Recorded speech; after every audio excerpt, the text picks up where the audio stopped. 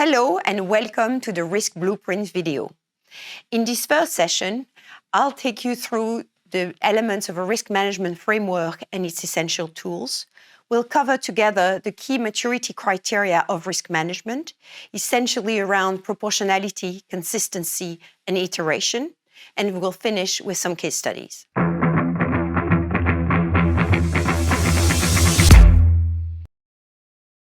So let's start with the basis of the risk management framework and its 4 actions.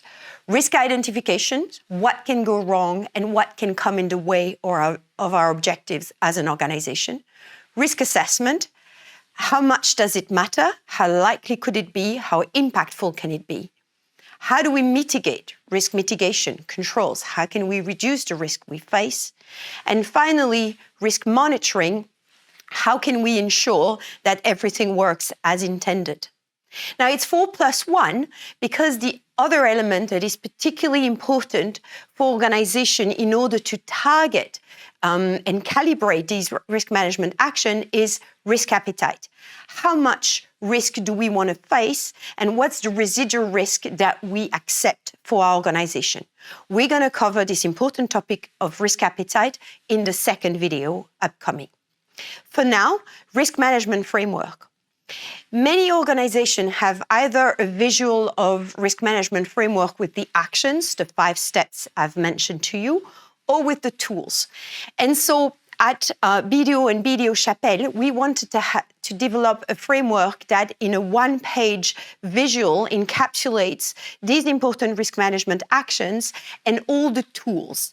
Now, the scope of this video is too limited for me to detail all these tools, but you can download the slides after this recording and observe that for you in your own space. So risk identification, just some elements of tools, top-down risk scenario workshop, executive brainstorming, horizon screening. All these are important elements and methods for risk management. Risk appetite definition we'll see in some details in video 2, risk assessment in more details in video 4, and so on. So stay tuned. There's other important building blocks of the risk management framework, which is the risk culture and the risk governance. And for that, I'd like to share with you a few maturity criteria that are important as well, and will allow you to assess whether your firm is at par with your peers on these levels. Now, first of all, what are the essentials of what good looks like in terms of risk management? Proportionality, consistency, and iteration. Good risk management is proportionate in a sense that you want to have large attention and important mitigations for your big risks and let go and not over-focus on what matters less. And I have some details upcoming for you on that. You want your framework to be consistent in a sense that the risk appetite, which is very much the cornerstones of your framework, will drive a lot of your risk management action. And finally, you want a framework and a risk management process that is iterative, that is striving for improvement, and that consistently and continuously improve and include more information. So a bit more on these 3 criteria. Proportionality first. Statistics published for decades now by ORX shows the same proportion, or shall I say disproportions, between frequency and severity of losses.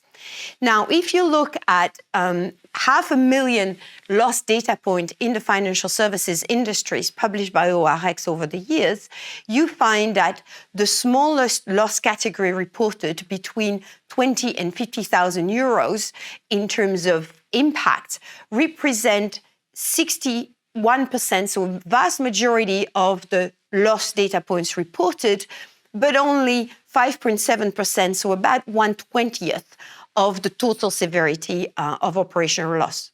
Conversely, if you look at the largest bracket, the 10 million plus incidents, these represent only 0.5%, a third of a percent even, of the loss reported, so 1 every 300 incidents reported, but in terms of severity, it's almost 2/3 of the total loss.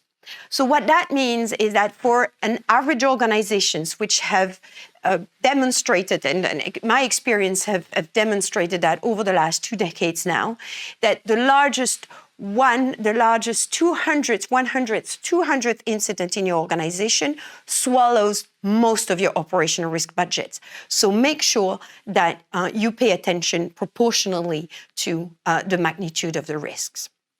A second element of maturity of the framework is consistency, is that your risk management framework and process is not a disjunctural boxes of different actions, but is really driven by one cornerstone, like I mentioned, which is risk appetite, that is expressed at different levels of the firms in terms of capitalization, in terms of prioritizations of management attention, and then in the tools of typical operational risk activity, risk and control self-assessment matrix, key risk indicators, and tolerance for loss data. Again, more on the technical details on that in further videos. The third very important element of maturity of framework is the iterative part, is this cycle, so this fourth arrow that you see on this cyclical process of risk management, where after doing your risk assessment, your risk mitigation, you really pay attention to the monitoring, the reporting of the risks, and more importantly, you include all these elements of new information of what's happening in your firm to reorganize your framework, to calibrate your risk identification and your different action plans. So this is a cyclical representation that was very present early on in the first days of operational risk, and then has faded away a little bit over the years. So I wanted to stress some attentions on that. A few tips or elements of criteria that you might want to look at if you want to have a snap assessment of your risk culture. 3 elements here. Firms who have a particularly good risk culture do not hesitate to socialize their operational risk incidents, i.e. to communicate their incidents internally in the organization and to learn the lessons from these accidents or near misses. And so that leads me to the second point of maturity, a comprehensive reporting of incidents, but also of near misses, so things that could have gone wrong but haven't, is a very good telltale sign of a healthy risk culture. And then finally, this iterative process and also this continuous drive for improvement. The best companies I've worked for in terms of risk culture are companies that seek advice and seek benchmarking, and there will be more on that on case studies, organizations that seek benchmarking on their risk management without necessarily having a regulatory finding or an audit points on their back. Governance. If you go back to the building block of the framework I've mentioned, culture and governance, 3 quick signs of healthy governance. 1, clear responsibilities, roles and responsibilities defined across the 3 lines of defense and the risk committees, fully documented. 2, effective training and supervision organized along the 3 lines of defense. These are part of the requirement of the Basel Committee for the Sound Practices of Operational Risk. So clear training and competency for each line of defense. And finally, not so much the tone at the top, but a done at the top, management and senior management leading by examples and operating a very strict discipline and governance within the organization. And so something also for you to take away if you choose to download these slides. I'm not going to read them out loud, but here you have a snapshot of 10 criteria to assess in a few minutes the level of maturity and development of your organization when it comes to non-financial risk management. Part 1 are the foundation criteria, so what pretty much every organization, certainly in the regulated sector of the financial industry, but also more and more so in the energy sector, would be expected to have. And then a more advanced, mature one with the Part 2 criteria for your information. And so here, I just want to finish with some illustrations of case studies and missions I've done over the years with various firms in different segments of the financial industry. This is an example of a reporting I've done with a large Belgian organization, listed organization, who a number of years ago, at the initiative of the board member in charge of the chairwoman, actually, of the risk committee, asked me to evaluate the firm alongside a number of criteria. And so for that, we have developed 70 criteria along 7 sections of components of risk management that you can see here: governance, culture, risk identification, appetite, etc.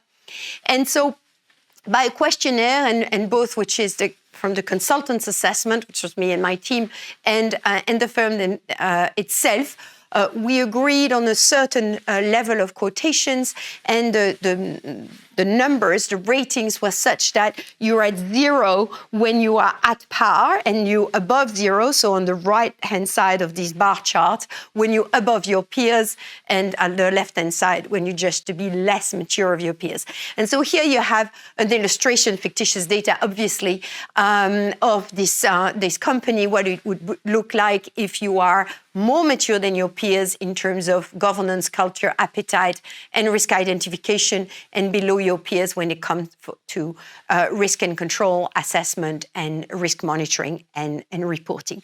So that's a bit of a snapshot, a summary version. This is a service that is absolutely available to you as a BDO client if you're interested. And then we have a more comprehensive version, which a product online with online questionnaires called ORM 360. When you have a much longer questionnaire that is expected to be filled in by different lines of defense in the firms, by the operations, risk management, and audit, on the different dimensions, the 12 dimensions of the principle for the sound management of operational risk by the Basel Committee. And so that will give you also, in different shades of blue, as you can see here in the image, the level of intensity of your compliance to the regulatory expectations, or the regulatory guidelines, shall I say, on the Basel Committee. And so this was the first part of a series of videos. I encourage you to visit our BDO website for more resources.